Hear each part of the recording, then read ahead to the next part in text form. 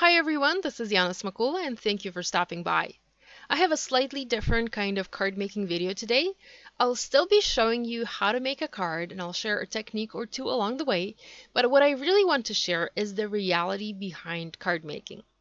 Laura Besson was the one who got me thinking that we all say in our videos and our blog posts that card making is super easy and it doesn't take a lot of time to make a card and it's very fun. And all of this is true for the most part. It is easy to duplicate a card, to copy the design. It can be easy in terms of techniques or steps you need to make in order to finish the card. But what isn't easy in reality and what is rather difficult at times is coming up with a card design and executing that design on paper.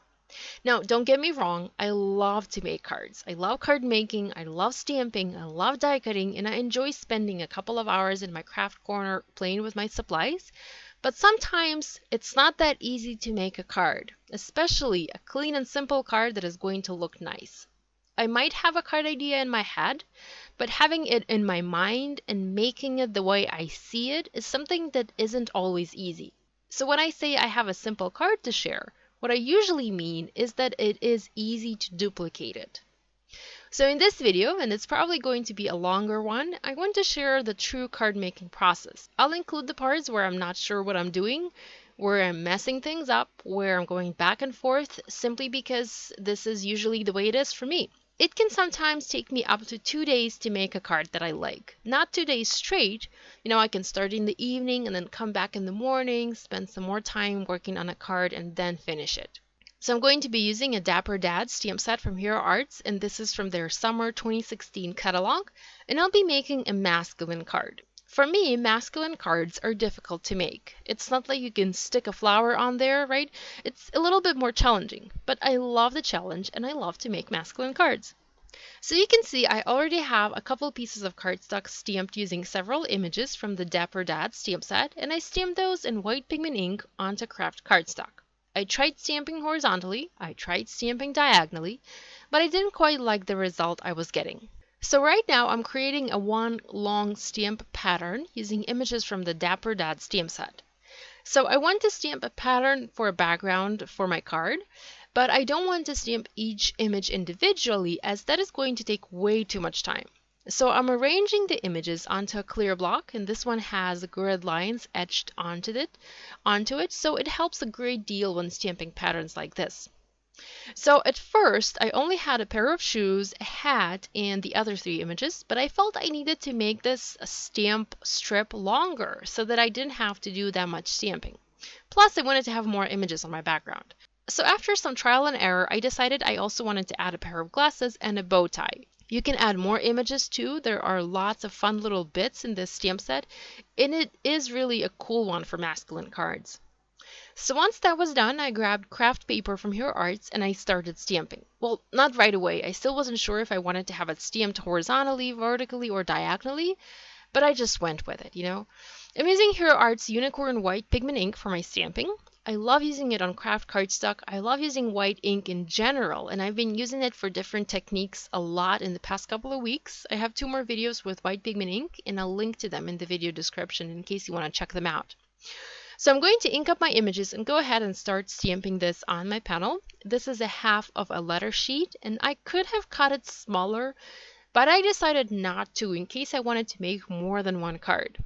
I started my stamping at the bottom, and it takes 2 impressions to fill in the width of the paper. And I'm trying to create a continuous pattern, continuous design here. The grid lines on the clear block really help a lot to keep my stamping nice and straight. And this part really is very easy. You just ink up your images, align the stamp, and stamp it, and repeat. So this is easy. It does take a little time to fill in the background, but I love doing this. And I love to make larger stamped patterns so that I can cut them apart and make several cards out of them. It just saves time. So I finished stamping this piece, and that's where the hard part started. I had no idea what I wanted to do next. I knew I wanted to add a second color on top of this pattern, but I wasn't sure which color of ink I wanted to use. So I spent the next 30 minutes or so testing different colors over this white. First, I used the Pool Ombre ink pad and stamped the images perpendicular to the white stamped images.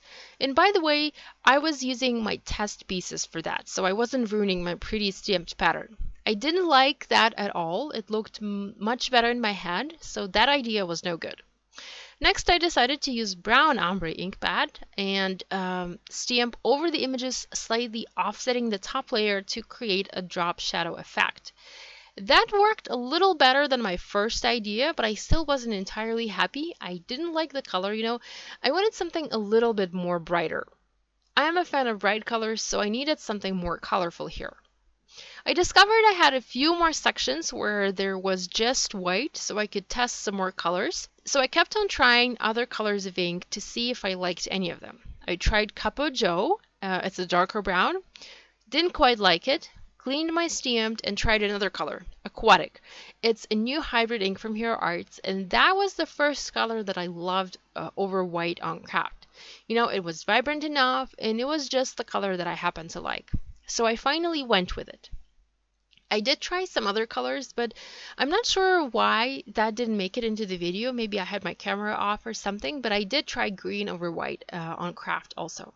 So I'm using aquatic ink and doing a drop shadow effect for my background. Now the trick here is to make sure to keep the stamps on your clear block after you've stamped the first layer in white. If you stamp just one image at a time, it doesn't matter. You can align one image, but if you have several images like I have here and you move them, then you'll have a very hard time aligning all of them nicely. So either keep all of the images on the clear block to be able to do this drop shadow stamping, or if you remove them, stamp one image at a time. And this actually got me thinking just right now. If you do one image at a time and you have several images, you can create a multicolored pattern. So you can stamp one image in blue, another one in brown, and another one in green or yellow or whatever other colors you like. I think that would look awesome, and I wish I had thought of that when I was making this card. I would have tried that. But now you'll have to try and you'll have to tell me if it works or not, okay? So I finished stamping a half of this pattern, and that's when I decided to try to use another color of ink. My desk ended up being so terribly messy that I couldn't find the particular green color that I wanted to use. So I ended up trying different greens and yellows, and I didn't like it. But I wanted to show you briefly how messy my desk is. I am a very messy crafter, and well, you can see it with your own eyes. Please don't judge. This works for me. Yes, it can be a little less messy, and I do clean this desk at least once a week, but I'm just the kind of person that leaves a huge mess behind when I make cards. Yes, I know, horrible. So let's go back to the card. Here you can see me trying to make the other colors work. Looking at them right now, I really like the dark green, and I guess I could have used it, but I don't know why I didn't like it when I was stamping.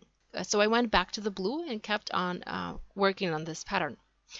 After I finished stamping the background, I faced another dilemma. What color of ink to use to stamp the sentiment? The color that I used for the background didn't quite work here. It did look a little different without the white on craft, so I ended up using Pool to Navy ombre ink pad to stamp the round sentiments. I cut those out with my scissors, and then I started thinking about my background panel, and again, it took me probably another hour to finish these cards, and all I did in the end was I added some silver glitter tape. So while these cards look very simple, and they are easy to make if you have the instructions and you know what you're doing, they weren't easy to come up with. Now, I could have added all of this decision making like I do for most of my videos and kept this video short and to the point, but I wanted to show you the true card making process. So here they are, two simple masculine cards. This video is a part of a blog hop from Hero Arts to help celebrate their summer 2016 catalog release. Be sure to head over to my blog to learn more and travel to other blogs with lots more creative inspiration. I truly hope that you didn't mind watching a video like this one. I'll go back to posting my regular videos after this, but I really wanted to share this process. So, thanks for watching. Feel free to share this video with a card making friend, give it a thumbs up, and drop me a comment. I love hearing from you guys. Thanks. I'll see you next time. Bye.